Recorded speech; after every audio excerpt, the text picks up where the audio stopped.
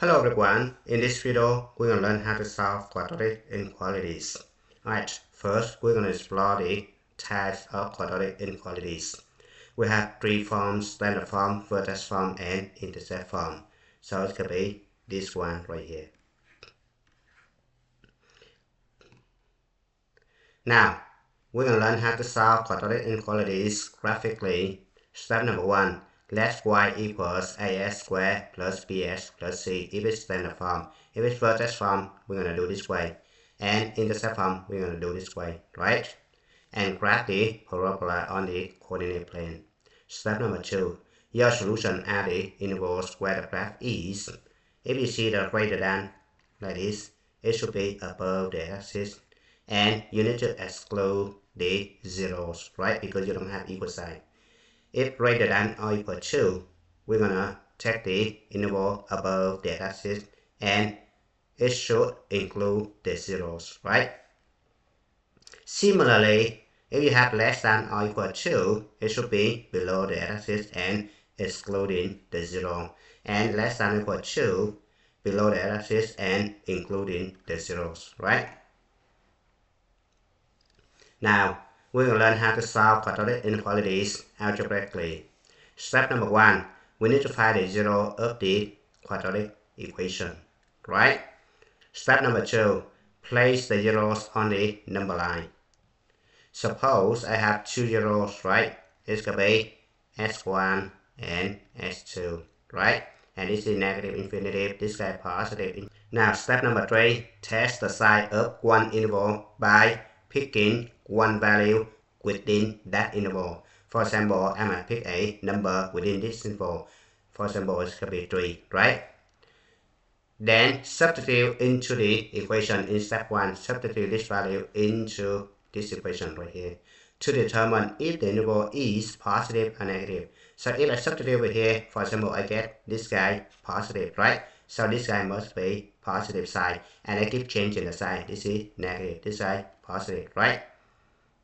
After that, keep alternating the side, right? Step number 4, looking at the inequality symbol. For example, I need to solve a s squared plus bs plus c greater than 0, right? So then my solution should be this intervals right here, right? Because they're both positive, right? Now suppose I have the inequality a s squared plus bs plus c less than 0. Then my solution should be this interval right here, right?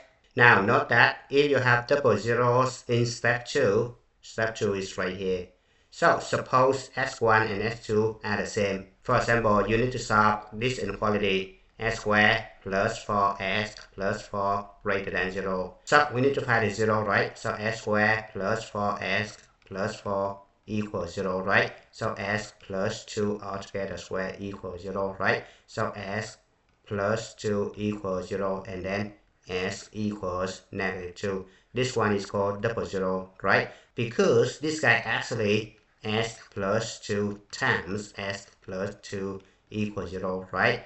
So you're going to let each of this one equal 0, and you're going to have s equals negative 2 times, right? That's called double zeros, right?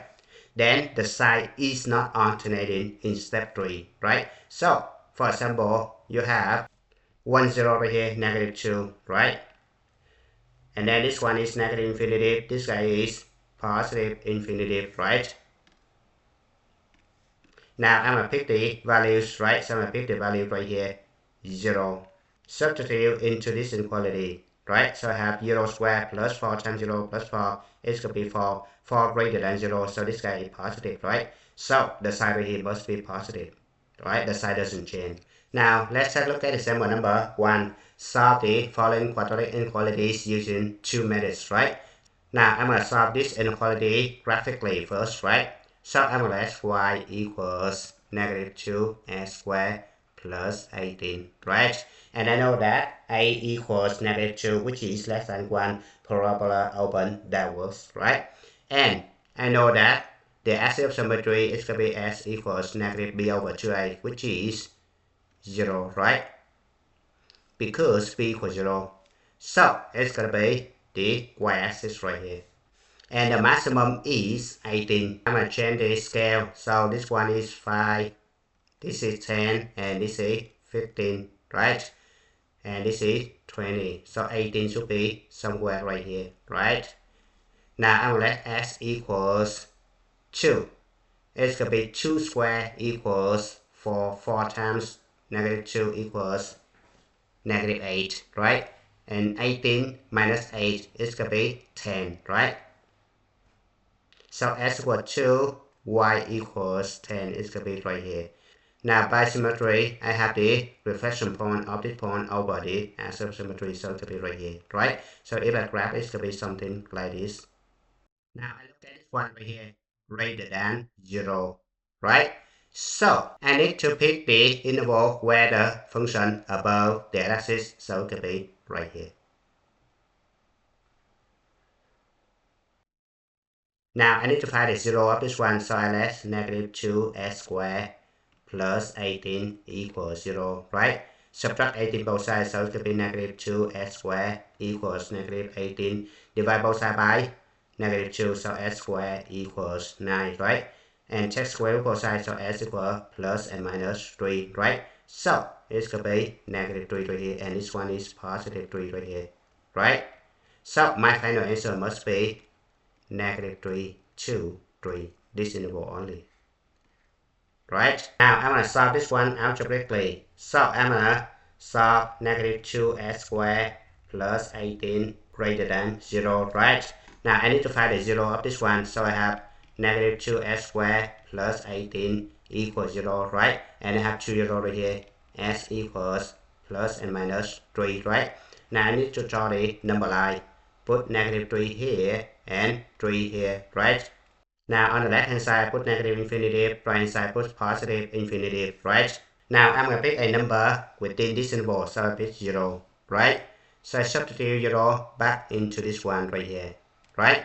So I have negative 2 times 0 squared plus 18 is going to be 18, which is positive, right? So this interval is positive, and I keep changing the side. This is negative, and this is negative, right? Now I go back over here, I see that the inequality is greater than 0, right? So my solution should be this interval only because it's positive right here, right? So my solution should be negative 3, 3, which is exactly the first method right here, right? Now let's move on to question 2. Negative x squared plus 7x minus 12 less than 0. To help you solve this problem easier, you're gonna multiply both sides by negative 1 so that this guy becomes positive, right? It's easier. So it's gonna be x squared minus 7x plus 12 greater than 0, right? So instead of solving this inequality, we're gonna solve this one only, right? Now I'm gonna leave this one for you to practice. The answer is negative infinity 2, 3, union 4, 2, positive infinity. Now let's move on to question 3. X squared minus 4x plus 4 greater than or equal to 0. This guy is the same thing as x minus 2 altogether squared greater than or equal to 0, right? Now to graph this one, we have y equals x minus 2 altogether squared, right? And you see that the axis of symmetry s equals 2, right? And the vertex 2, 0, right?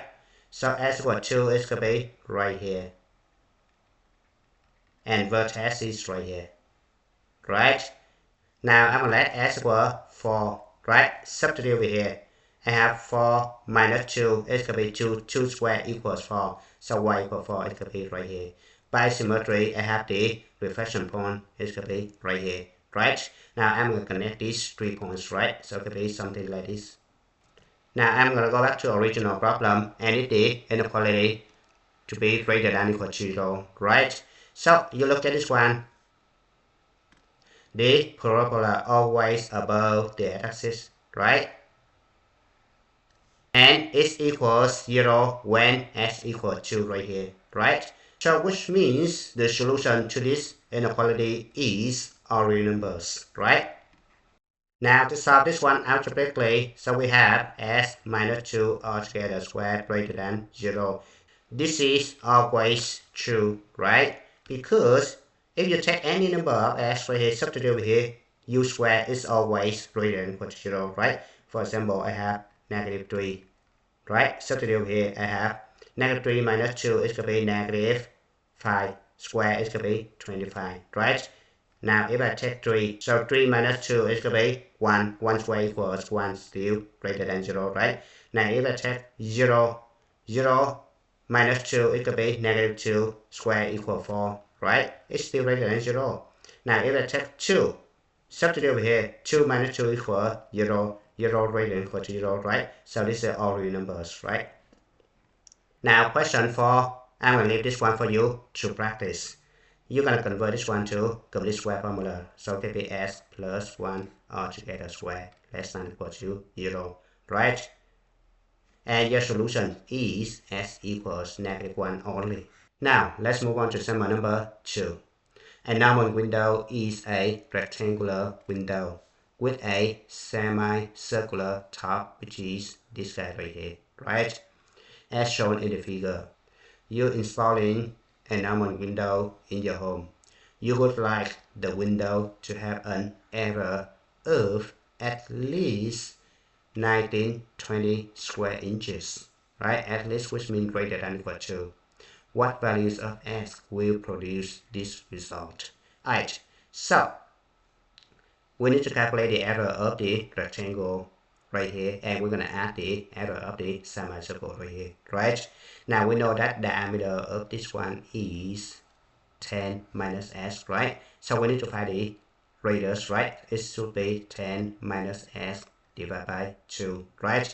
And we know that the area of the semicircle is going to be 1/2 pi r squared, right? And the radius is right here. And it's going to be 1/2 pi times 10 minus s over 2 squared, right? Now we're going to simplify this one. It's going to be 10 minus s squared times pi divided by 8, right? Now the area of the rectangle is going to be length times width, right? It's going to be 10 minus s times s minus 2, right? And we're going to distribute this one. It's going to be 10s minus 20 minus s squared plus 2s, right? Simplify this one. It's going to be negative s squared plus 12s minus 20, right? Now we're going to add this guy up, right? So the total area is negative s squared plus 12s minus 20 plus 10 minus s altogether square over 8 times pi, right? And this guy must be greater than or equal to. Now you need to be careful, 1920 square inches, right? But this one is feet, right? So we need to convert this guy to square feet, right? So it could be 1920 divided by 144, right? Now remember, you have 1 foot equals 12 inches, right? And then we square both sides, so it could be 1 square feet equals 144 square inches, right? That's why we're going to take this one divided by 144. So we subtract this guy both sides. Now we would have to use a calculator for this problem, right? So we're going to print up the calculator, add graphs, input the function right here, and remember pi is right here, right? Press enter. It's going to be right here. Now if you want to see the whole graph, you're going to press menu number 4 and zoom fix right here. Right? Now we need to find the interval where this function right here greater than or equal to 0. So which means it should be above the axis, right? So we're gonna find 2 zeros right here to determine the value of s, right? So press menu number set number 1. Go to the left, go to the right. It's gonna be this guy. Menu number set number 1. Go to the left, go to the right. It's going to be right here, right? So s greater than or equal to negative 1.22 less than or equal to 8.04, right? But you need to be careful. This is not the final answer, right? Because you need to find the restrict domain for the s value right here. Look at this one right here. 10 minus s right here must be greater than 0, right? Because the silent cannot be negative number, right? So you have s less than 10, right? And s minus 2 greater than 0. And then s must be greater than 2, right? So the restricted domain is s greater than 2 less than 10, right? Now we're going to combine this guy and this guy, so your final answer must be 2 less than s less than or equals 8.04. And it's your time to solve. Thank you for watching. I hope you enjoyed the video. Remember that if you failing to prepare, you're preparing to fail. We rise like tall buildings as the chemicals they take us higher. The night's young, it has just begun as she puts her hand in mine.